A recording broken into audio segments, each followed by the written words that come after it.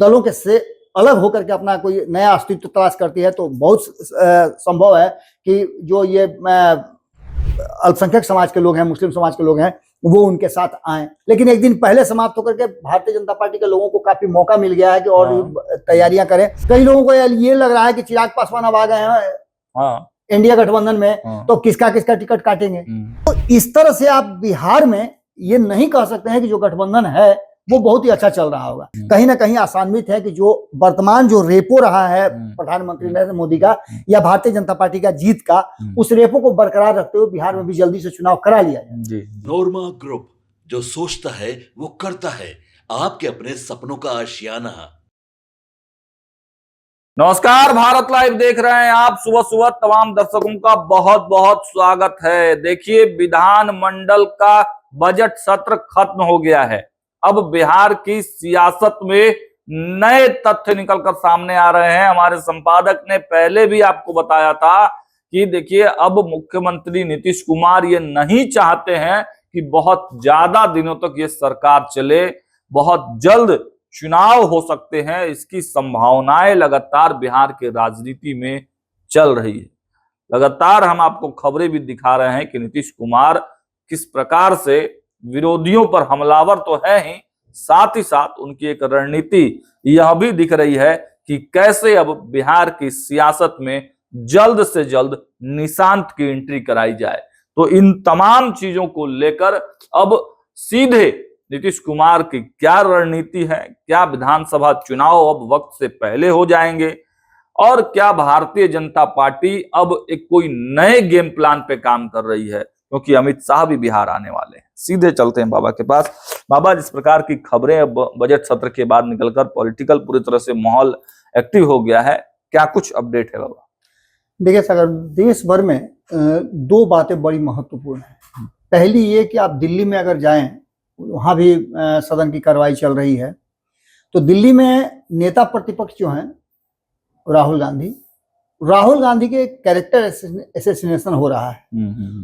क्या करते हैं वो, क्या नहीं करते हैं, किस तरह से वो एक्टिविटी करते हैं, उसको लेकर के आप देखिएगा कि अभी अभी एक खबर आई है, आपने देखा होगा कि लोकसभा में जब वो सदन से बाहर निकल रहे थे तो उनकी बहन उनके पीछे बैठी हुई थी, उनका हाथ पकड़ के उन्होंने कहा बाहर चलने के लिए कहा। इसी बीच में उन्होंने उनका, और जैसे होता है कि लाड प्यार जिस तरह से होता है और जिस परिस्थिति से वो गुजरे हैं अपने लाइफ में, तो उनके लिए सबसे बड़ा अगर कोई उनका दोस्त है या धरोहर है या कोई उनको समझ सकता है तो उनकी बहन है। बिल्कुल। तो ऐसी स्थिति में इस बात को लेकर के सदन में जो बातें हुई है और उसको लेकर के जितनी चर्चाएं हो रही हैं, जिस तरह से आपने देखा होगा कि एक्स पर उन सारी बातों को की जा रही है, उससे साफ लग रहा है कि इस देश में एक अलग तरह के माहौल बनाने की तैयारी शुरू हो रही है। बिल्कुल उसी तरह से बिहार में भी एक अलग माहौल बनाने की तैयारी है। बिहार में वक्त से पहले चुनाव कराने की मंशा जो है वो नीतीश कुमार की शुरू से रही है। आपको याद होगा कि लोकसभा चुनाव के समय में कहा जा रहा था कि नीतीश कुमार चाहते हैं कि लोग चुनाव जो है एक साथ ही हो जाए, लेकिन ऐसा हुआ नहीं। उसके बाद भारतीय जनता पार्टी के साथ हुआ है, लोकसभा का चुनाव लड़ा, उसके बाद भी नीतीश कुमार लगातार चाहते रहे हैं कि ये मौका है, इसको भजा लिया जाए। नीतीश कुमार ये चाहते हैं कि जो वर्तमान परिस्थिति बनी है, जिस तरह से केंद्र में राहुल गांधी, उसी तरह से नीतीश कुमार के कैरेक्टर को लेकर के, उनके हाव भाव को लेकर, उनके एक्टिविटीज को लेकर के आपने देखा होगा कि किस तरह से भाव भंगिमा को लेकर के चर्चाएं चल रही हैं, मीम्स निकाले जा रहे हैं। छोटी छोटी बातों पर भी नीतीश कुमार चूंकि सहज है, अब धीरे धीरे उम्र के पड़ाव पर है, इससे कोई इनकार नहीं कर सकता है। लेकिन जिस तरह से उन्होंने पत्रकारों का अभिवादन किया, उसको भी गलत तरीके से लिया जा रहा है। उन्होंने जो ये बातें पोशाक को लेकर के कही, उसको भी लेकर के गलत तरीके से पेश किया जा रहा है। तो खैर, इन सारी बातों को लेकर के विपक्ष नीतीश कुमार से डरा हुआ है, क्योंकि नीतीश कुमार जिस खेमे में रहते हैं उस खेमे की सरकार बनती है, और नीतीश कुमार अभी किस खेमे में है? एनडीए में खेमे में है। ऐसी स्थिति में भारतीय जनता पार्टी को भी ये बात पता है, और बार बार हम ये बात आपको बता रहे हैं कि भारतीय जनता पार्टी किसी भी हाल में नहीं चाहती है कि नीतीश कुमार 2025 के विधानसभा चुनाव से पहले एनडीए से बाहर जाए जी। अब इस पूरी परिस्थिति को लेकर के जहां एक तरफ असमंजस की स्थिति में भारतीय जनता पार्टी है, वहीं भारतीय जनता पार्टी को सीट शेयरिंग के समझौते को भी करना है। एक बयान जो भारतीय जनता पार्टी ने दे दिया है, खास करके अमित शाह ने, उस बयान पर भी सब लोगों की निगाहें हैं कि भाई मुख्यमंत्री का चेहरा कौन होगा। ये सभी बातें घुमा फिरा करके जहां आप देख रहे होंगे कि अमित शाह के आने को लेकर के, और जैसे ही आप हमने खबर भी कल किया है कि जैसे ही विधानसभा का सत्र खत्म हुआ, समापन हुआ, भारतीय जनता पार्टी के लोग अलग अलग सेक्टर्स सभी लग गए अमित शाह के अगवानी में। कार्यक्रम को लेकर के बैठक हुई। उस बैठक में क्या क्या हुआ अंदर की बात तो नहीं पता है, लेकिन जो उड़ते उड़ते हमारे तक खबर आ रही है कि हर हाल में अमित शाह के उस कार्यक्रम को सफलतम बनाने की कोशिश चल रही है। ये भी एक बड़ी बात है। इसके साथ साथ भारतीय जनता पार्टी और खास करके कांग्रेस की बात करें, दोनों ही गठबंधन के बड़े हिस्से हैं, क्योंकि राष्ट्रीय दल दोनों हैं। अगर एक तरफ आप देखोगे महागठबंधन की जब बात हो रही है तो कांग्रेस जो है वो इंडिया गठबंधन की बात करती है। आपने देखा होगा कि जैसे दिल्ली से लौट करके जितने भी घटक दल के जो नेता हैं या फिर कांग्रेस के जो शीर्ष नेतृत्व के लोग हैं, उनके मुंह से आप महागठबंधन नहीं इंडिया गठबंधन सुनते होंगे। और इसी इंडिया गठबंधन को तेजस्वी यादव ने कहा था कि समाप्त हो गया है, वो सिर्फ लोकसभा तक के लिए था। लेकिन भारतीय जनता पार्टी के सामने खड़ा होने के लिए एक बड़े गठबंधन जैसे एनडीए गठबंधन के विरुद्ध इंडिया गठबंधन, जो कि ब्रेन चाइल्ड था एक तरह समझिए आप कांग्रेस का, उसको जीवित रखने के लिए कांग्रेस पूरी तैयारी कर रही है। और उसी के तहत उसने अलग अलग राज्यों में जब समझौते नहीं हुए तो उसने अपना फैसला लिया। जैसे आप देखिए कि दिल्ली में क्या हुआ, हरियाणा में क्या हुआ, गठबंधन के तहत वो नहीं लड़ी, अलग से चुनाव लड़ी। बिहार में भी किसी न किसी रूप में ये बातें साफ नजर आ रही है कि कांग्रेस ने एक अलग स्टैंड लिया है। हालांकि मीटिंग से आने के बाद ये बात बार बार कांग्रेस कह रही है कि नहीं, इंडिया गठबंधन पूरी तरह से इम्पैक्ट है। लेकिन किसकी बात माने?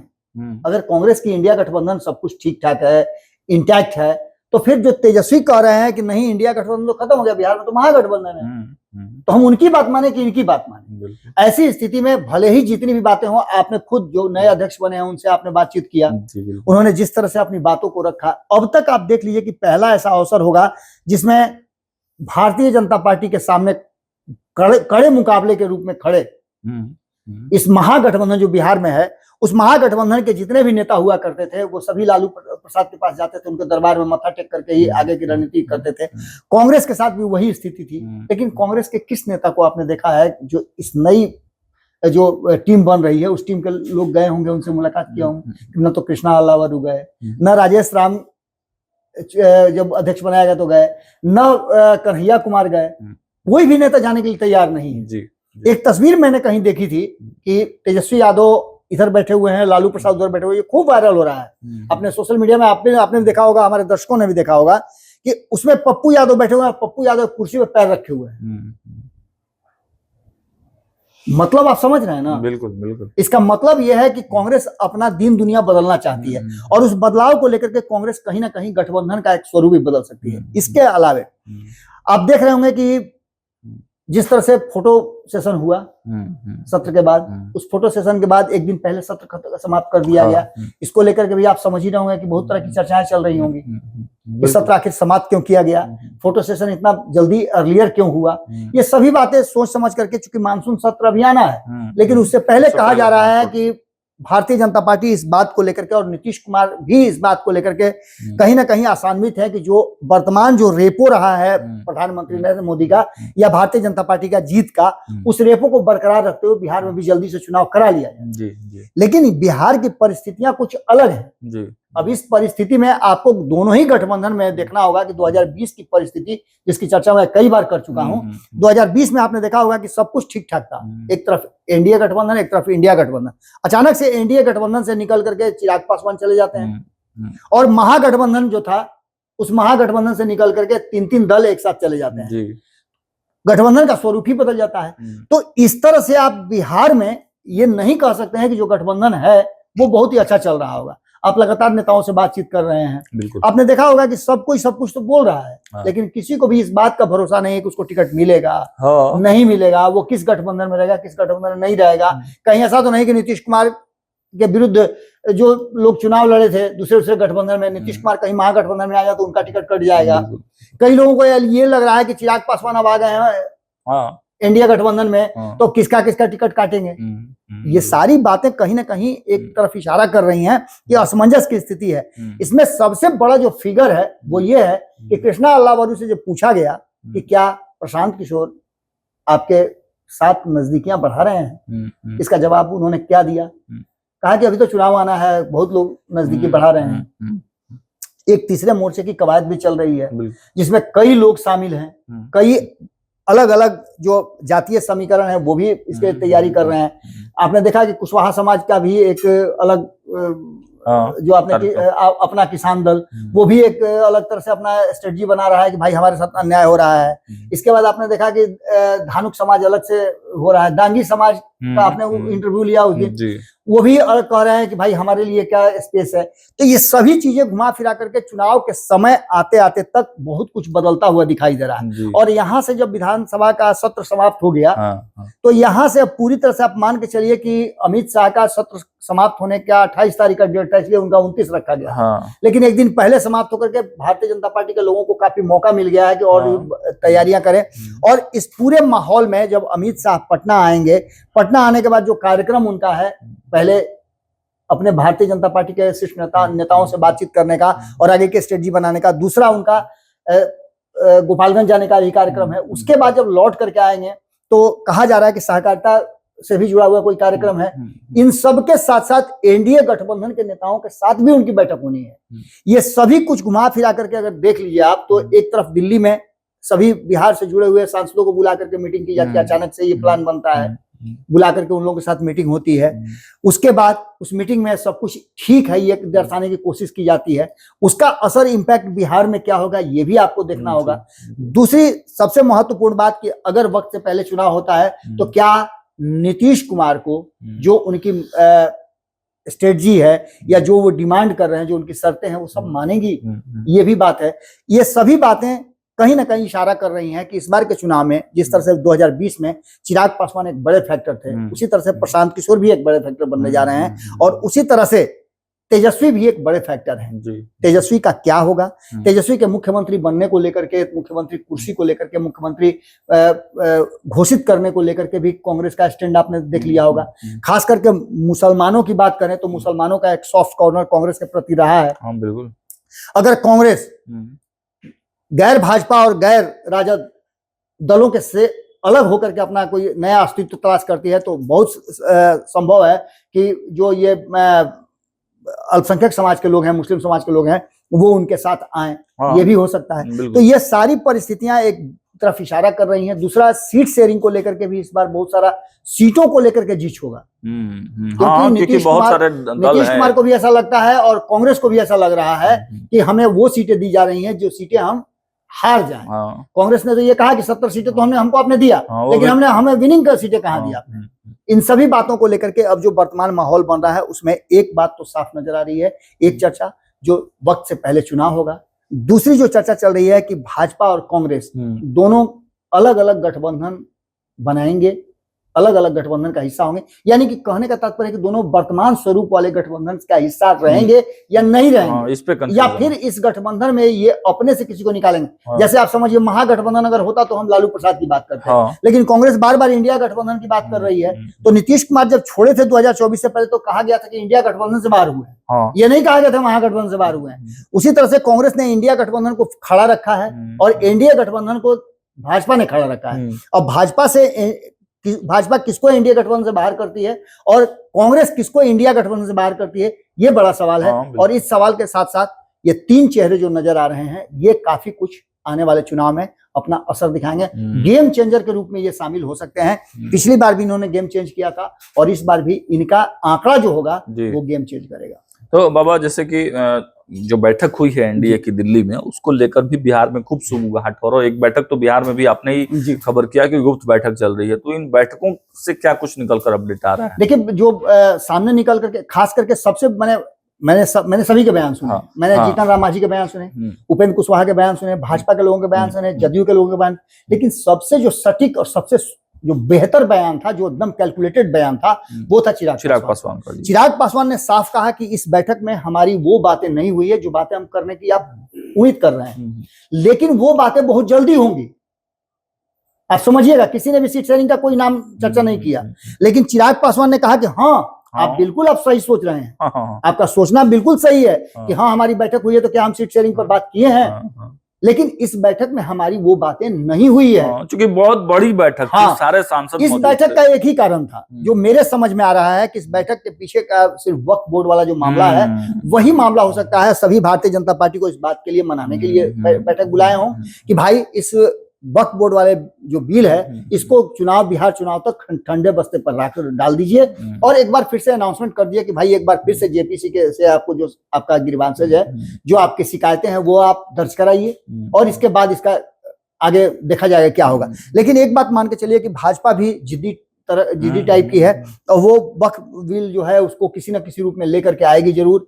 क्या संशोधन होंगे वो अलग बात है, लेकिन बाकी के जो लोग डरे हुए हैं, जिन लोगों को धमकियां आ रही हैं, सचेत किया जा रहा है कि आपको चुनाव में आना है, आप समझ लीजिए क्या होगा, तो इन सारी बातों को दूसरी तरफ जो राहुल गांधी ने कह दिया है कि भाई अगर आप भारतीय जनता पार्टी से बाहर निकल करके आते हैं तो आप जिसको चाहिए प्रधानमंत्री बना लीजिए, जिसको जो पद देना है दे दीजिए, हम आपके साथ हैं। खुला ऑफर दे दिया। तो ये सारी परिस्थितियां घुमा करके एक तरफ इशारा जरूर कर रही हैं।